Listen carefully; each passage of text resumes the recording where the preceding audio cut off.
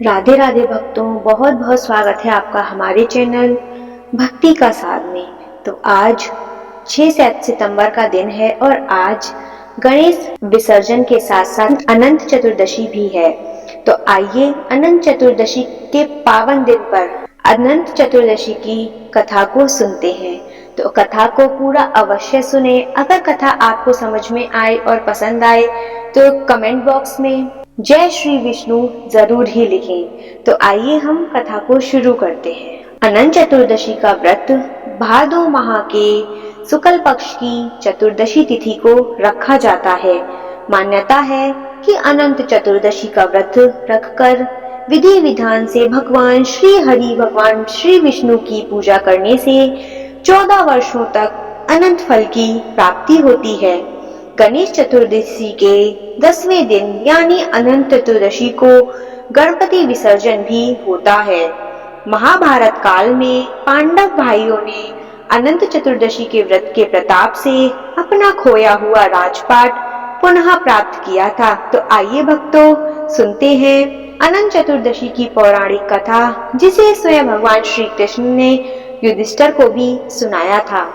कथा को श्रवण करने से सबसे पहले अगर कथा आपको समझ में आए तो जय श्री हरि विष्णु का नाम जरूर ही लिखिएगा।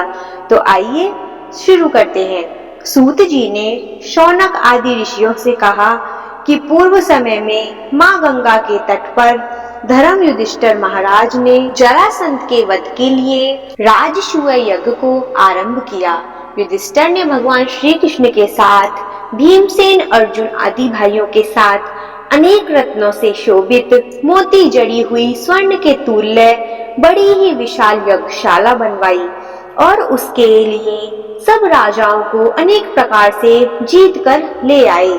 एक समय गांधारी और राजा धृतराष्ट्र का पुत्र जो दुर्योधन नाम से विख्यात था, वह उस यज्ञशाला में आकर प्रांगण में जल की प्रतिमा देखकर वस्त्र को ऊंचा कर उस जगह धीरे धीरे चलने लगा।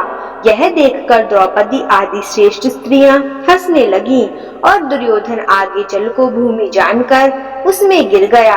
यह देखकर सब राजा लोग तथा तप रूप धन वाले ऋषिगण और द्रौपदी आदि सुंदरी नेत्र वाली स्त्रियां भी हंसने लगी। यह देखकर महाराजा दुर्योधन अत्यंत ही क्रोधित होकर अपने मामा शकुनी के साथ अपने राज्य में जाने के लिए उद्यत हुआ। उस समय शकुनी ने अत्यंत मधुर वचन से कहा कि हे राजन, आगे बहुत कार्य करना है, इसीलिए आप महाक्रोध का त्याग करें। हे राजेंद्र, यज्ञशाला से अपने घर जाने के लिए उठिए। तब ऐसा ही सही कह के दुर्योधन यज्ञशाला से घर चला आया। सब राजागण भी यज्ञशाला से अपने अपने राज्यों में चले गए, परंतु दुर्योधन ने राजाओं के साथ दिल्ली यानी हस्तिनापुर जाकर राजा पांडु के श्रेष्ठ पुत्र युधिष्ठिर, भीमसेन, अर्जुन आदि को बुलाकर अपने राज्य में प्रसन्न होकर जुआ खेलने लगा। उस जुए में छल से दुर्योधन ने पांडवों का संपूर्ण धन और राज्य आदि जीत लिया। तदंतर भ्राता सहित युधिष्ठिर महान विपत्तियों को प्राप्त हो जंगलों के बीच वंचर जो भिलाद है उनके सदृश रहने लगे। पांडवों ने इस विचार को सुनकर श्री कृष्ण वहां गए। सूत जी ने शौनक आदि ऋषियों से कहा कि दुख से अत्यंत दुर्बल पांडव लोग वन में रहते हैं। महात्मा श्री कृष्ण को देखकर क्रम से पूजन आदि और प्रणाम कर राजा युधिष्ठिर बोले कि हे प्रभु, भाइयों सहित हमको यह दारुण दुख प्राप्त हुआ है। इस दुख रूपी सागर से हम कैसे छुटकारा पाएंगे? सो कहिए, हम कौन से उत्तम देवता का पूजन करें अथवा कौन सा ऐसा व्रत करें जिससे हमें हमारा राज्य मिले? हमारा हित तो आप ही की कृपा से होगा। ऐसा सुनकर भगवान श्री कृष्ण बोले कि हे युधिष्ठिर, पुरुषों और स्त्रियों के समस्त पापों को नष्ट करने वाला अत्यंत उत्तम एक अनंत नामक व्रत है, जो भादो मास के शुक्ल पक्ष की चतुर्दशी तिथि को होता है। उस व्रत के अनुष्ठान मात्र से संपूर्ण पापों का नाश हो जाता है। ऐसा सुनकर राजा युधिष्ठिर ने कहा, कि हे वासुदेव, आपने जो अनंत व्रत कहा, क्या वह शेषनाग का अथवा अनंत नाम के नक्षत्र का व्रत है या अनंत पार ब्रह्म का यह व्रत है? हे केशव, यह अनंत किस देवता का नाम है? यह सत्य सत्य आप बतलाइए।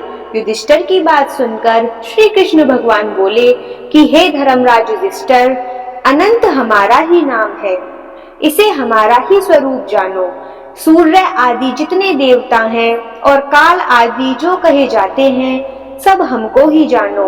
कला, काष्ठा, मुहूर्त आदि दिन रात्रि तथा यह सब जितने शरीर वाले प्राणी हैं तथा पक्ष, मास, ऋतु, वर्ष, युग और काल आदि की व्यवस्था सब मुझी को जानो।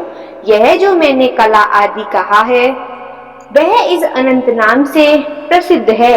मैं भूमि का भार अल्प करने के लिए इस कृष्ण नाम से अवतरित हूँ। दानवों का नाश तथा साधु पुरुषों की रक्षा से निमित्त मुझे वासुदेव के कुल में भी उत्पन्न ही जानो।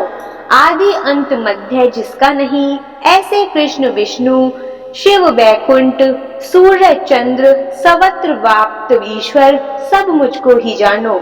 हे धर्मराज युधिष्ठिर, नहीं है उत्तम जिससे ऐसा विश्व रूप जो योगी लोगों से ध्यान किया गया, वह संपूर्ण रूप वाले अनंत हम ही हैं, जिसमें 14 इंद्र, 8 वसु, 12 सूर्य, 11 रुद्र, 7 ऋषि, 7 समुद्र तथा वृक्ष आदि सहित संपूर्ण पर्वत हम ही को जानो। 27 नक्षत्र, दिशा दिशा, पृथ्वी, 7 पाताल तथा भूर्भुवाद, 7 स्वर्ग वाले, यह सब हम ही हैं। इस विषय में कुछ भी संदेह ना करो। ऐसा वचन सुनकर राजा युधिष्ठिर ने कहा कि हे सर्वव्यापी भगवान, अनंत व्रत का महात्म्य तथा विधि कहिए। अनंत व्रत का अनुष्ठान करने वाले प्राणी को क्या पुण्य और क्या फल मिलता है, और यह भी बतलाइए कि पूर्व काल में यह अनंत व्रत किसने किया था और मृत्यु लोक में किसने प्रकाशित किया था। यह सब कुछ विस्तार पूर्वक आप हमसे कहिए। धर्मराज युधिष्ठिर का ऐसा वचन सुनकर भगवान श्री कृष्ण बोले कि सतयुग में सुमंतु नामक का एक ब्राह्मण था। उसने वशिष्ठ गोत्र में उत्पन्न सुंदर दीक्षा नाम की भृगु ऋषि की कन्या के साथ वेदोक्त विधि से विवाह किया था। हे राजन, दीक्षा नामक की स्त्री से समय पाकर अनेक सुंदर लक्षणों से युक्त एक कन्या उत्पन्न हुई। वह शीला नाम की अत्यंत सुशीला कन्या पिता के घर में दिन प्रतिदिन बढ़ने लगी। उसकी पतिव्रता माता काल ज्वर से दाह से दुखी हो नदी के जल में प्राण त्याग कर स्वर्ग को प्राप्त हो गई।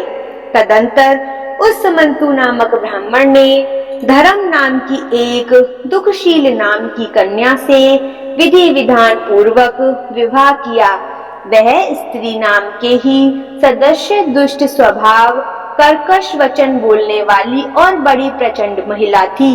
वह शीला नाम की कन्या पिता के घर गृह कार्य करने में बड़ी ही चतुर थी। वह आंगन, बाहर दरवाजे के ऊपर और देहली के ऊपर स्वास्तिक, शंख, कमल के नीले, सफेद और काले अनेक प्रकार के चिन्हों को लिखकर देखा करती थी। इसके ही तदंतर इसी तरह बहुत दिन बीतने पर कुमारावस्था में प्राप्त वह शीला पिता के घर में बड़ी मंगल देने वाली हुई। उसको देखकर पिता सोचने लगा कि हम यह कन्या पृथ्वी पर किस गुणवान वर को दें। ऐसा विचार कर वे दुखी हुए। उस समय उत्तम वेद वेदांग जानने वाले कौंडिल्य नामक के मुनि कन्या के लिए आए। वे मुनि बोले कि तुम्हारी गुणयुक्ता कन्या से हम विवाह करना चाहते हैं। ऐसा सुनकर पिता ने शुभ दिन में ब्राह्मणों में इंद्र तुल्य कौंडिल्य मुनि को अपनी कन्या दे दी। श्री कृष्ण ने कहा कि हे धर्मराज युधिष्ठिर, सुमंतु ने वेद विधि से उसका विवाह कर दिया। उस समय वहां पर स्त्रियां गीत गाने लगी और ब्राह्मण लोग स्वस्तिवाचक करने लगे और बंदी जय घोष करने लगे। इसी प्रकार विवाह कर सुमंतु ब्राह्मण अपनी कर्कशा स्त्री से बोला कि दामाद के संतोष के लिए कुछ द्रव्य आदि दहेज में देना चाहिए। ऐसा सुनकर वह कर्कशा क्रोध से घर की शोभा बिगाड़कर संपूर्ण द्रव्य आदि एक पेटी में अच्छी तरह बंद कर दामाद से बोली कि आप अपने घर जाइए, हमारे घर में कुछ भी द्रव्य नहीं है। यदि विश्वास ना हो तो देख लीजिए। भगवान श्री कृष्ण ने राजा युधिष्ठिर से आगे कहा कि हे पार्थ, ऐसा सुनकर वे मुनि उदास हुए और वह कन्या भोजन से बचे हुए अन्न आदि को मार्ग में खर्च करती गई। कौटिल्य मुनि भी इस सुमंतु की कन्या शीला को बैलगाड़ी पर बैठाकर इसने चलने लगे। जाते जाते पुण्यदायक यमुना नदी को देखकर उसके किनारे रथ खड़ा कर शिष्यों को नियुक्त कर वे स्नान संध्या आदि करने लगे। मध्याह्न के समय भोजन का समय जानकर रथ से उतरकर नदी के किनारे उस शीला ने लाल वस्त्र पहने हुए स्त्रियों के झुंड को देखा। उन स्त्रियों के समूह को चतुर्दशी के दिन श्री जनार्दन भगवान का पूजन करते हुए देखा। उनके पास जाकर शीला धीरे से पूछने लगी, तुम लोग यह क्या कर रहे हो? इस व्रत का नाम क्या है? ऐसा सुनकर उन स्त्रियों ने कहा कि यह अनंत का व्रत है, हम अनंत भगवान को ही पूजते हैं। ऐसा सुनकर शीला बोली, मैं भी यह उत्तम व्रत करूंगी। इस अनंत व्रत की क्या विधि है और यह व्रत किस प्रकार का है? इसमें क्या दान होता है? कौन से देवता की पूजा होती है? वह सब मुझसे कहिए। ऐसा सुनकर वे स्त्रियां बोली, हे शीले, उत्तम अन्न को प्रस्त मात्र यानी एक शेर लेकर मालपुआ आदि पकवान बनाकर आधा ब्राह्मण को दे देना और आधा स्वयं भोजन करना। फिर यथाशक्ति के अनुसार दक्षिणा दे देना और यह व्रत नदी के तीर पर करना तथा भगवान श्री हरि की कथा को सुनना।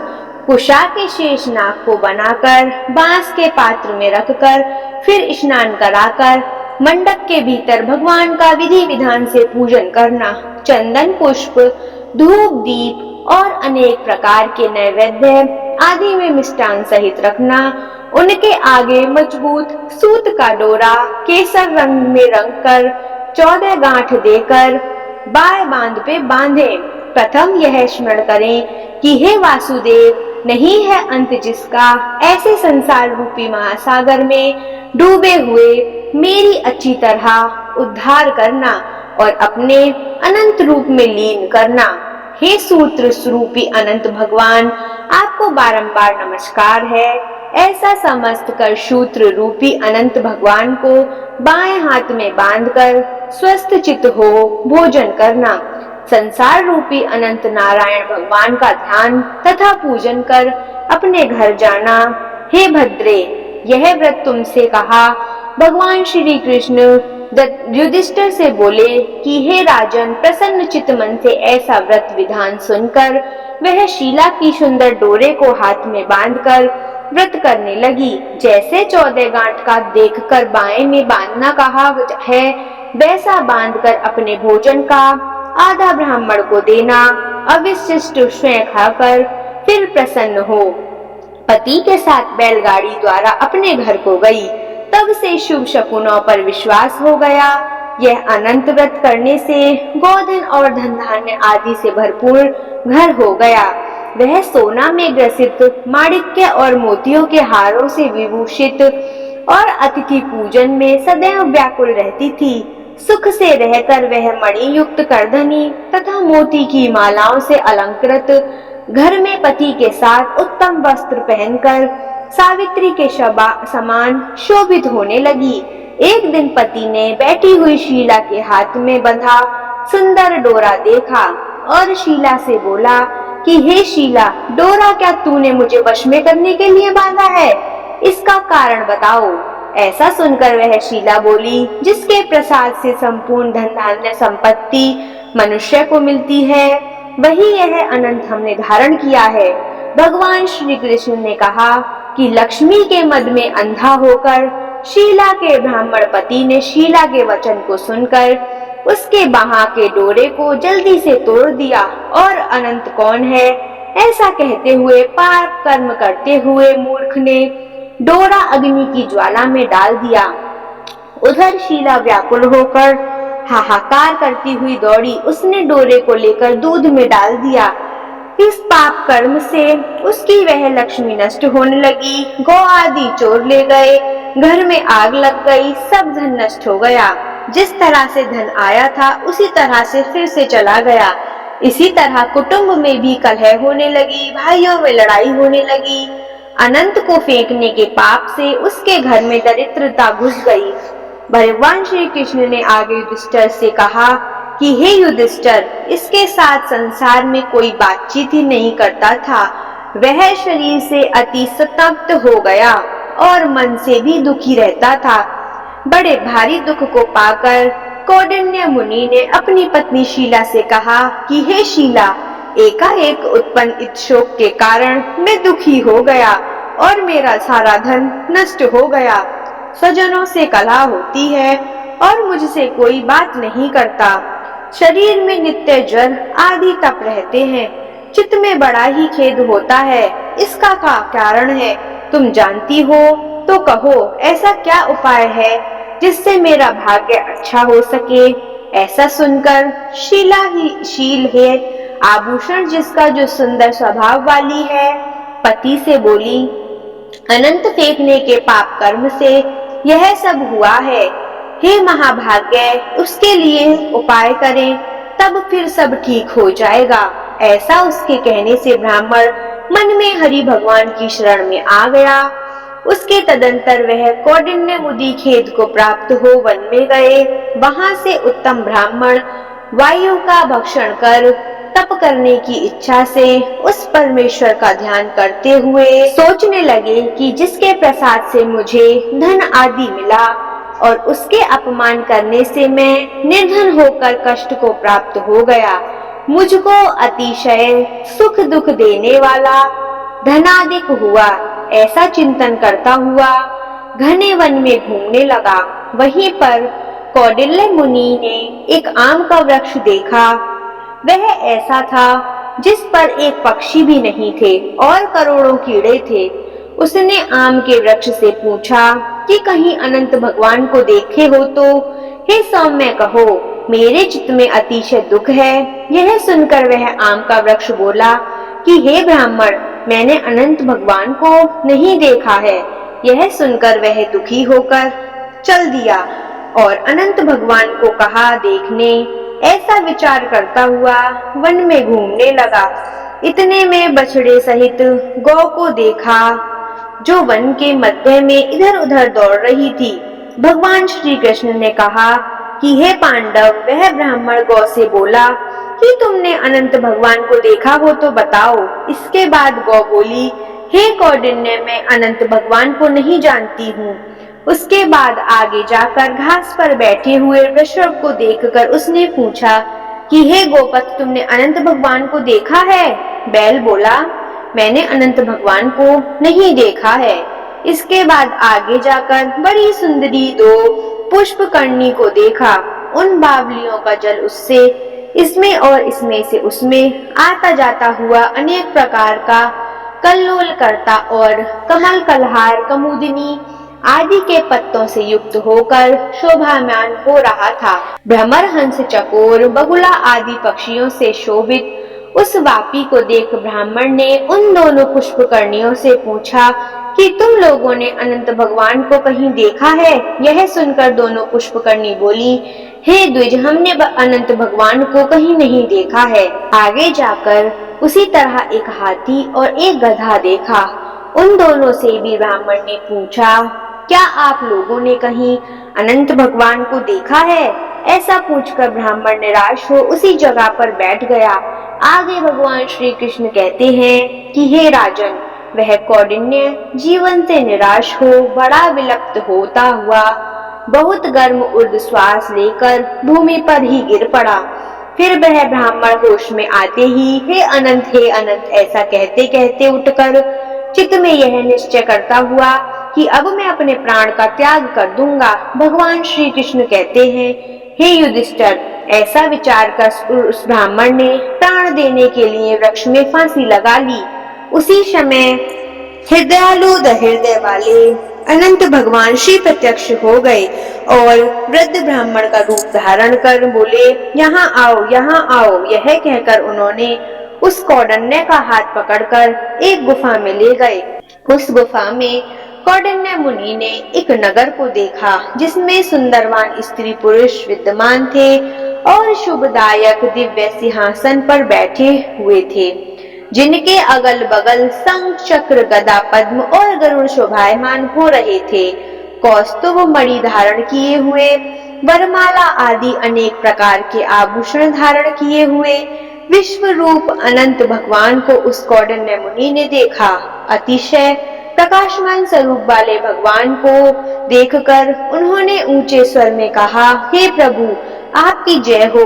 ऐसा कहकर तथा प्रणाम कर बोले, हे नाथ, हे पुंडरीकाक्ष, हम पाप रूप पाप कर्म करने वाले हैं। हमारी आत्मा पाप रूप है और हम पाप से ही उत्पन्न हैं। आप हमारी रक्षा करें। आप मेरे संपूर्ण पापों को हरने वाले हैं। उस मुनि के ऐसे वचन सुनकर अनंत देव भी बड़े कोमल वचन से बोले, हे विप्रेत, मत डरो। जो तुम्हारे मन में हो निसंकोच होकर कहो। ऐसा सुनकर कौंडिन्य मुनि बोले, हे प्रभु, मैंने धन से उन्मत्त होकर अनंत का धागा तोड़ दिया था। उस कर्म से मेरा सारा धन नष्ट हो गया। घर में अपने कुटुंबियों से कलह होने लगी, जिस कारण मुझसे कोई भी नहीं बोलता था। इस तरह दुखी होकर आपने दर्शन की इच्छा से मैं वनों में भटक रहा हूँ। हे देवेंद्र, आपने मुझ पर कृपा कर अपना दर्शन दिया, तब मुझ पर दया करके उस पाप की शांति का उपाय कहिए। श्री कृष्ण कहते हैं, हे युधिष्ठिर, भक्ति से प्रसन्न हो देवता क्या नहीं देते।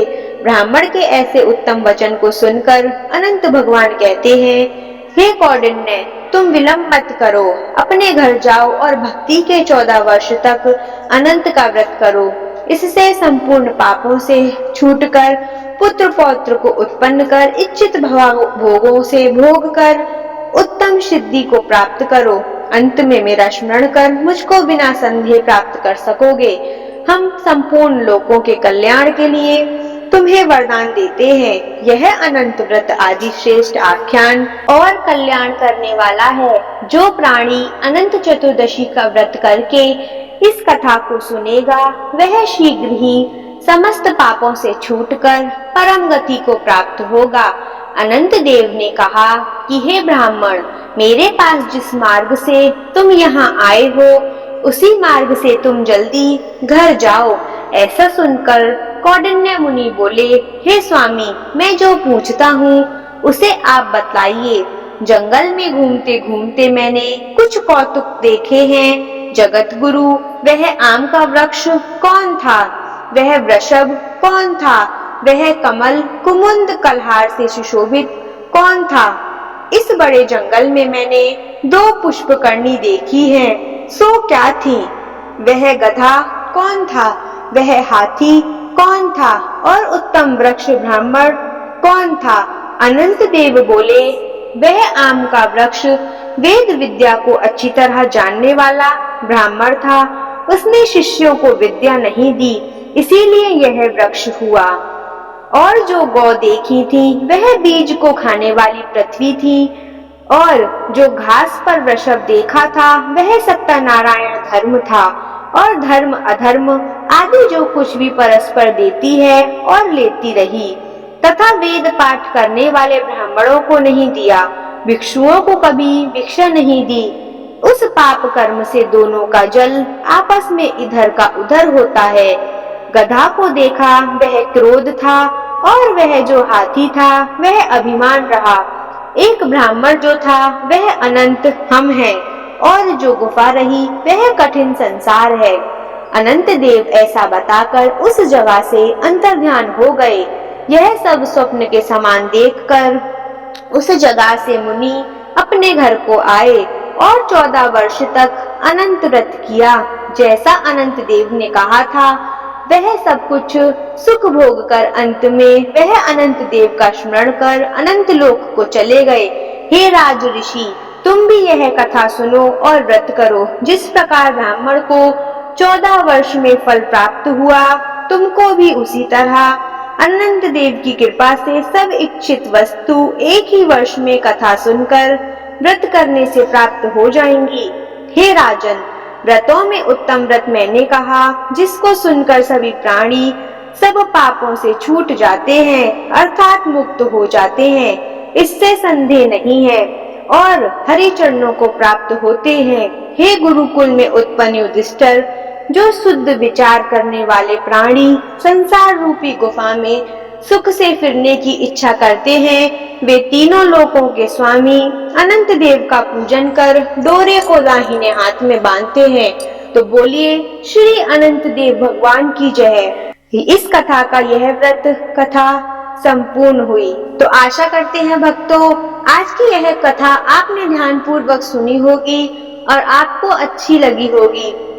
अगर हाँ, तो हमारे चैनल को सब्सक्राइब करें और घंटे के बटन को दबाना बिल्कुल भी ना भूलें, जिससे कि हमारे आने वाले वीडियो के नोटिफिकेशन आप तक सबसे पहले पहुंच सके।